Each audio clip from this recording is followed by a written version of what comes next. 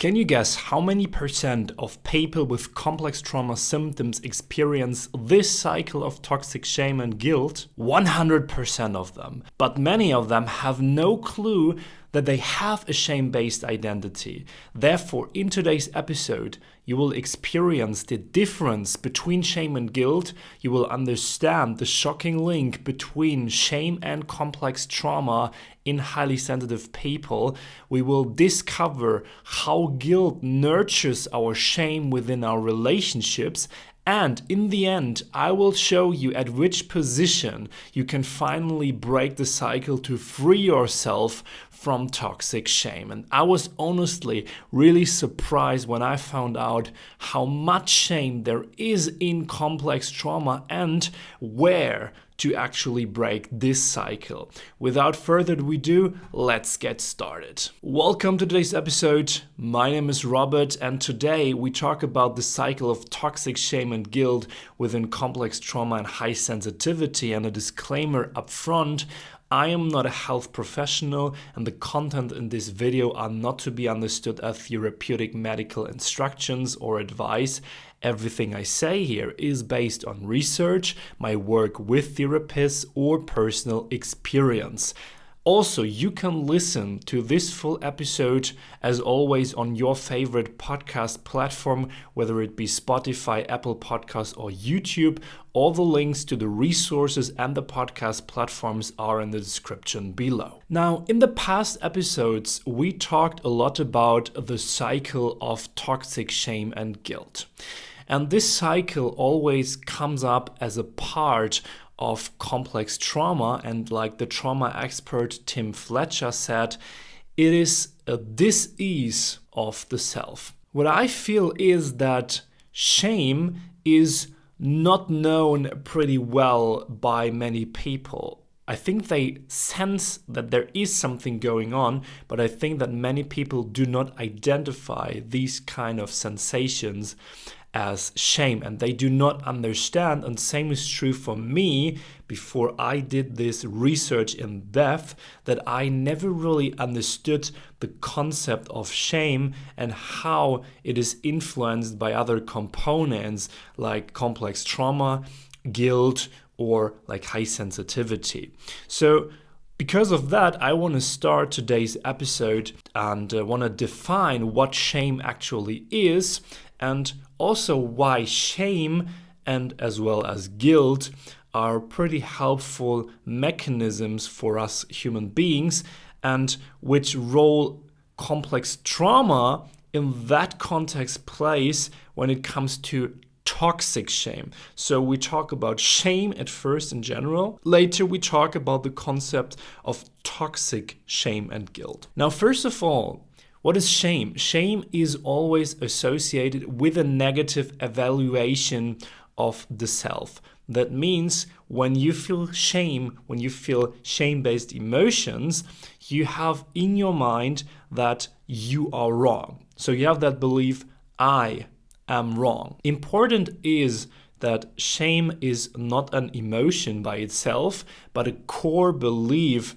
about ourselves. Shame-based emotions, and we talk about them later, can therefore be more intensely than guilt because they're directly associated with ourself and with our identity. But shame itself is also a good thing because shame helps us to be a part of a group dynamic, of a social construct, and it will secure our place in the group. It will also help us to set boundaries, to set our own boundaries, and to respect the boundaries of others in the group. And shame is always based to set boundaries on a level of values and of identity. What will shame make us? Shame will make us adapt to the values and the rules of a social group or of a society, and therefore is also able to form our identity in a positive or negative way, usually in a positive way, so we can live in harmony within a group construct, with a social constellation. If you're in that social constellation, and we talk about a working concept of shame, the mechanism, how it used to be from nature. If we then break rules or if we do not share specific values, therefore we will get a negative, in that scenario, feedback from the group, and we might then feel ashamed, or we will feel shame-based emotions around the shame. To a certain extent, shame is very natural and healthy, as I said, and it helps us to maintain a functioning group dynamic. Let's talk about guilt and why guilt is also helpful for us. Guilt is also, as you might think, closely connected with shame, but it is actually not the same thing. While I said shame-based emotions are felt by us when we evaluate ourselves as wrong. We are wrong. I am wrong. That's based on our identity. Guilt, on the other hand, is created if we behave in a potentially unfavorable or wrong way. This is the difference. I did something wrong. Not I am wrong, but I did something wrong. Guilt is related to your actions, not to your identity. Healthy guilt helps us to adapt certain behaviors of us within different situations within a social construct, and it helps us to set boundaries on a behavioral level. Like shame, again, to a certain extent, guilt is totally natural and healthy and helps us to maintain a functioning group dynamic. So quickly summarized in that overview, shame arises from the negative evaluation of the self. I am wrong. Guilt arises from the negative evaluation of a specific behavior. I did something wrong. Shame helps us to set boundaries and stick to the values and rules of a community. Shame forms our self on the level of our identity.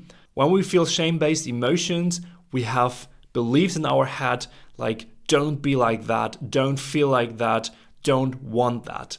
Guilt, on the other hand, helps us to set and respect boundaries on a behavioral level. Guilt forms ourselves on the level of the behaviors and of the actions we take. Beliefs we have in our head are don't do or say that. Now, why are toxic shame and guilt so crucial to us? Toxic shame especially creates shame-based emotions, which are usually severe negative emotions that feel uncontrollable. They hold us back from healing our wounds because shame is always based around our wounds. If you experienced that before, you will know that it's much about deep core beliefs like I am wrong, I'm not valuable, I'm not good enough. And those emotions make us feel immobilized. They put heavy stress as well on our daily lives and especially our relationships.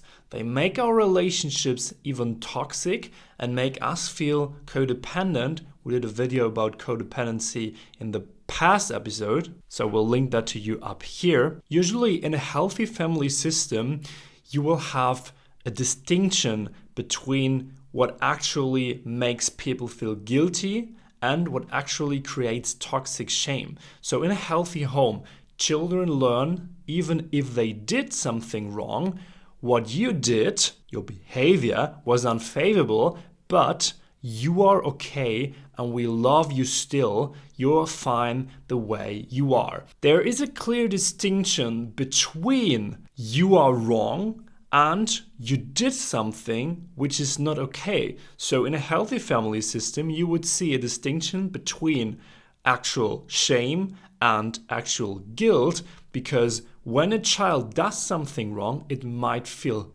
guilt, which is pretty okay in a way because the child has to adapt its behavior in order to live in a working social dynamic with the parents and later within a social group.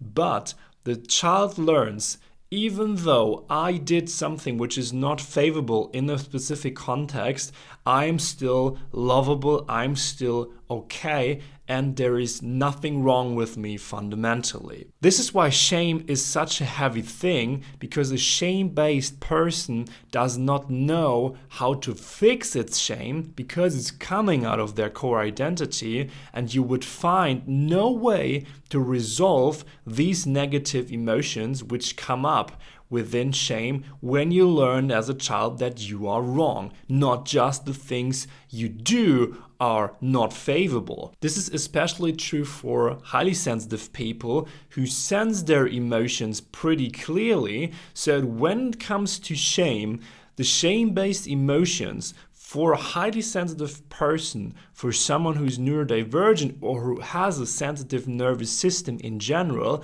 are extremely overwhelming, fill them up completely, and make them completely immobile. Now, when you have toxic shame going on in your life, how does that actually feel? As I said, shame is not an emotion, but it is a deep core belief which is coming up.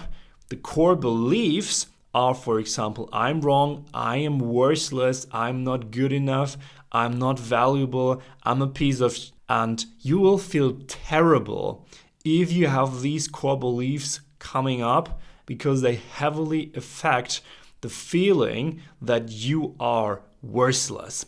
Shame creates a set of specific heavy emotions, which are in general all negative. There is pain, there is fear going on, there is anxiety within yourself, there is insecurity coming up. There's also depression because you might hate everything in your life. You might hate yourself. There is anger, there is jealousy going on.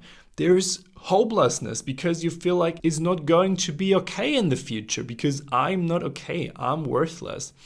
You technically hate yourself, and your emotions which are created within a shame-based situation are mirroring you exactly that you're worthless, that you feel the worst you've ever been, and that you're technically just in a horrible situation. What's pretty typical as well for someone who lived through a shame-based episode and shame-based emotions is, if you ever experienced that, I did, you can't look yourself in the eyes in the mirror because you constantly look down, you really feel horrible, and you just don't want to see yourself because you sense that yourself are worthless, because you feel that you are horrible. Everything about you is horrible, so you can't stand just seeing yourself. Now, within a shame-based episode, you might also ask yourself different questions about your identity, starting with, am I lovable at all? Does anyone want me? You're questioning that a lot. But what you also do, and it goes more into depth, you also ask for deep desires. Deep desires within you come up in this specific situation and nurture this episode of toxic shame. So you also question not just, is there anyone who wants me, but you question, is there anyone who desires me? Is there anyone who really wants to be with me in a relationship? Is there really anyone who loves me more than anything else? Because you desire this feeling of that there is someone who wants you, that there is someone who is proud about you. You desire that so much in these shame-based situations. Now, let's talk about the origin of a toxic shame. Toxic shame has one primary source, and that is childhood trauma at home. Home is in most scenarios the primary mirror of shame-based core beliefs.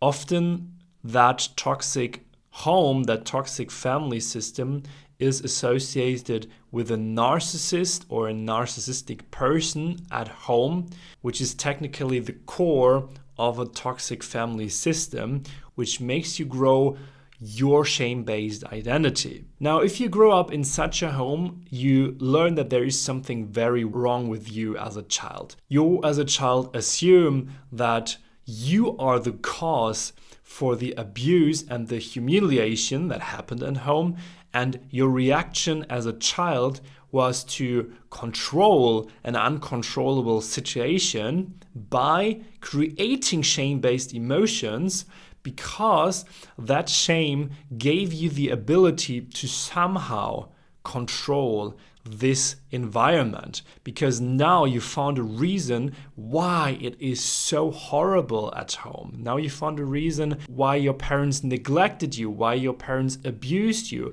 because you are wrong and it's your fault that your parents have such a up situation in their lives. This is what you believed. Now there's also a second source of shame. The second source of shame is the fear of getting ostracized from a group. That's the strong feeling of rejection. And rejection, as you know, probably is one of the most painful emotions we human beings can feel. It really immobilizes us, because back in the days when we lived somewhere outside, then it was crucial for our survival to stay with the group and to stay connected. So shame technically also feels like death in a way, because ejection from a social group meant in the past death, technically. And as well for a child, the ejection from a group is technically the guarantee for a child to die. This is why shame is such a painful thing. Now we have these two sources of shame, where shame actually is created within us, most of the times in a childhood, but also if we are ostracized from a group as a fear of rejection. But shame is also something that manifests through our lives. So trauma and shame most of the time start within our families and are manifested by our culture and society. Why is that? If you think about, you are grown up within a toxic family system, then you go out, you watch the news, you watch advertising, you go on Instagram. What do you see? You see beauty standards from Hollywood. You see people who are good enough, have money, have high sex appeal, have a lot of fame, have a lot of talent, everything you maybe do not have or you never had as a child who grew up in such a family system. So what do you think when you see all those things? You think, I am wrong, I am worthless, I'm not good enough. Next thing, the school system. What are we getting valued for in here? If you're a child who goes to school, thinks I'm not good enough, I'm worthless, then you see all these children who gets the good grades. Children who are super intelligent, who are super athletic, who are really good in sports, who have a really good body, who are the most cool and loved kids, the most beautiful kids, the kids from rich families, the kids who have money. This is what you get from the school system when you're a child who thinks you're worthless. You get that you are not good enough, also in school. You get values by your grades as well. So when you got a C+, B-, whatever, you get the signal back that you're not good enough for what you do. Your work is not good enough, so you just get a C+ or a B-, because to get an A+ or an A, you have to be perfect. Another thing, bullying at schools as well.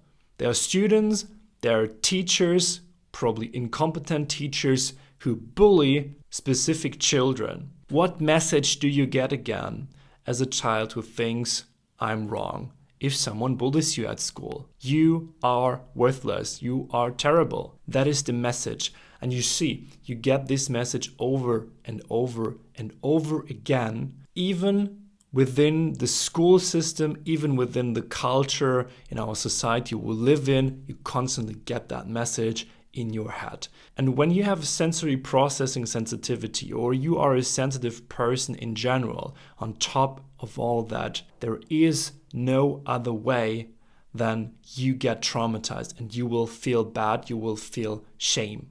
As Gabor Mate says, I want to quote him here, his book, The Myth of Normal, therefore we create sick individuals within a sick society. And these are the reasons for it, which we also install within our system, which makes this cycle of toxic culture going. While talking about this cycle of toxic culture, I want to also talk about the cycle of toxic shame and guilt here.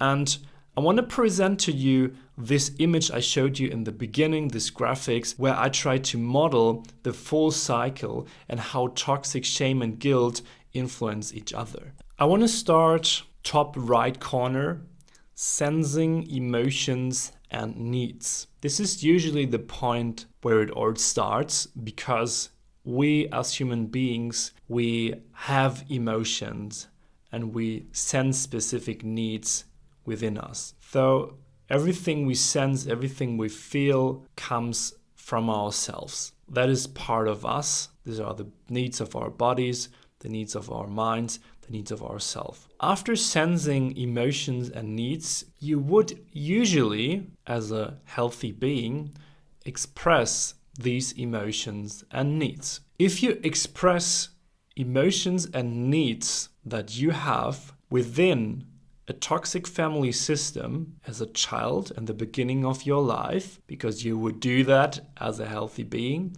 but you are in a toxic family system, then you get feedback from your parents. Maybe from one parent, maybe from both parents, from other caretakers. Often in this position, there is a narcissistic part within that family system who will make everything based around him or her own emotions and needs. So this narcissistic part or this caretaker will give you the signal that what you do, what you express there is not good, is not okay, it's wrong. The person will give you the feedback, don't do that. Don't express those emotions. Then you will learn over time, because it's repetition. It's tiny t trauma, it's complex trauma. So it's based on multiple situations which accumulate. And you develop this belief, I did something wrong. When did you do something wrong? Anytime you express certain emotions or needs. Can be different emotions and needs. Maybe many people have problems, for example, with anger, with vulnerability. Most people do not have problems with happiness or love, whatever, with good emotions, but many people have problems with specific negative emotions.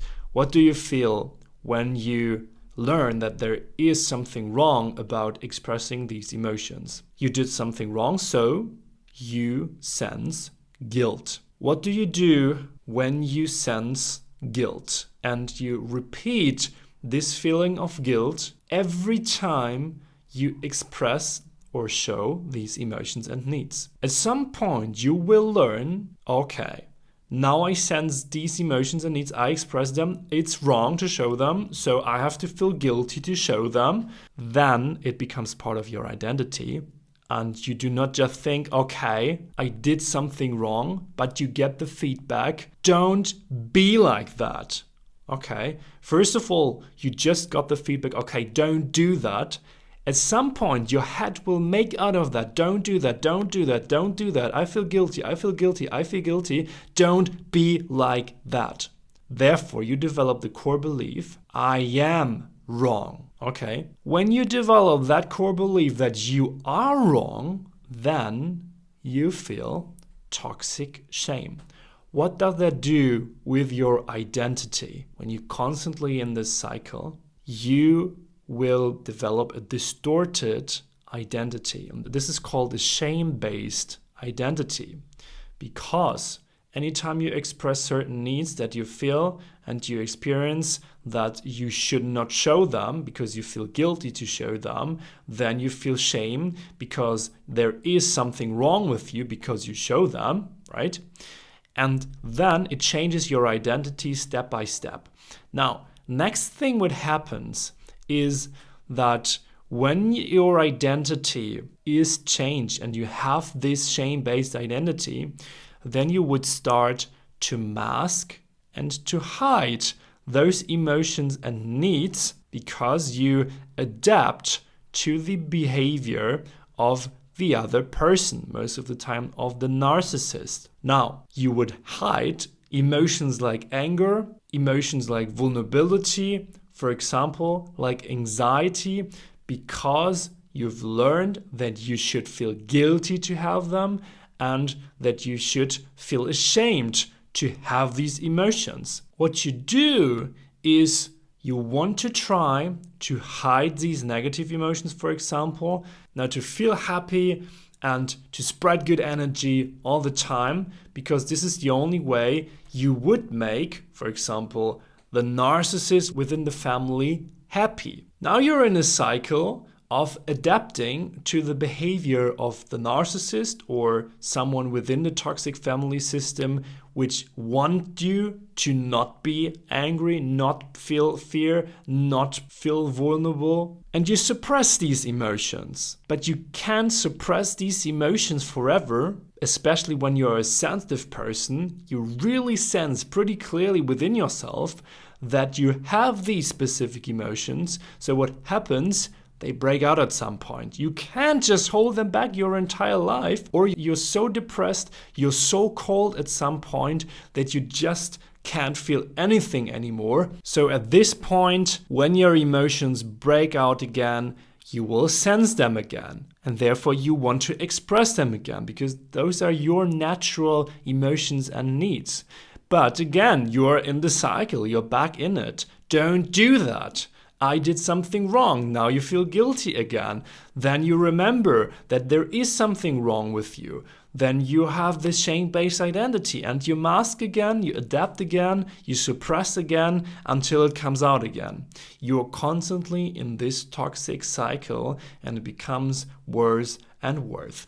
This is the cycle usually you learned as a child, you learned within your time in school, maybe at work, and this cycle also comes up as an adult when you are, for example, in a relationship, when you are in a work scenario, and something triggers these shame-based emotions. Tim Fletcher also has a similar model, and he uses a circle model to simplify the whole thing. And he used also some different terms, but I want to show you his model as well. Also can recommend his video. I will link that below as well. Now, you have a real self in the center. This is your core self. And around that core self, you build this gray circle here, which is your shame-based self, which is your critic. These are the core beliefs that you have, that you're wrong, that you're not valuable, that you do something wrong, that you're worthless. And what do you do now is, quoting Tim, you build a persona around it. What is a persona? A persona is a mask. So technically you mask and hide this shame-based identity, this shame-based self, that you are wrong, that you are worthless, by just adapting and showing positive emotions. Hey, I'm happy, everything is great. And this is what comes to the outside, the outer circle, the white one here, that is the ideal self. Everything is great, I don't feel vulnerable, I don't feel bad, I don't feel angry, I don't feel fear, and I do what you want because you're the boss, you're the narcissist. Remember, within a toxic family system, and you maybe do that also within a work context, you do that within a relationship context as an adult. Now, this is the pure cycle of toxic shame and guilt. And as I said, it will get worse over time if you are not aware of it and if you are not be able to break that cycle. How can you break the cycle? Let's talk about solutions here. Because healing from complex trauma, a huge part of it must be healing from shame, breaking this cycle of toxic shame. First, I want to tell you one thing, and this is how to not heal from shame. When you mask your emotions and adapt to the behavior of others, your brain thinks that it has found a great way to cope with shame while masking, because you have built this persona, everything is great, you suppress these emotions, you don't feel these emotions. That's a good solution for the brain, right? But the actual truth is that this solution is an illusion. Why is that? because changing your behavior and masking your emotions does not change your actual natural emotions and needs, which come out from your true self. Now, adapting and masking just makes your life harder and sucks out your energy, drains you, and even nurtures your shame-based self and the persona/mask. So at some point, especially in weak moments, when you're exhausted, when you can't keep up the mask, when you do not have any energy to adapt, then you will feel your emotions and needs that you feel within your deep self core come up again. And now you're back in the cycle. Okay, secondly, now let's talk about how to actually break the cycle. What you have to understand here is that shame feeds itself and guilt also feeds the shame. So you have to break the cycle exactly there where shame is getting fed. Because when you do not feed the shame anymore, then the shame will starve to death. How can you do that? When we look at where you can break the cycle, which is exactly here, which is a really weak chain, the toxic guilt chain, you have to understand that guilt is resolvable.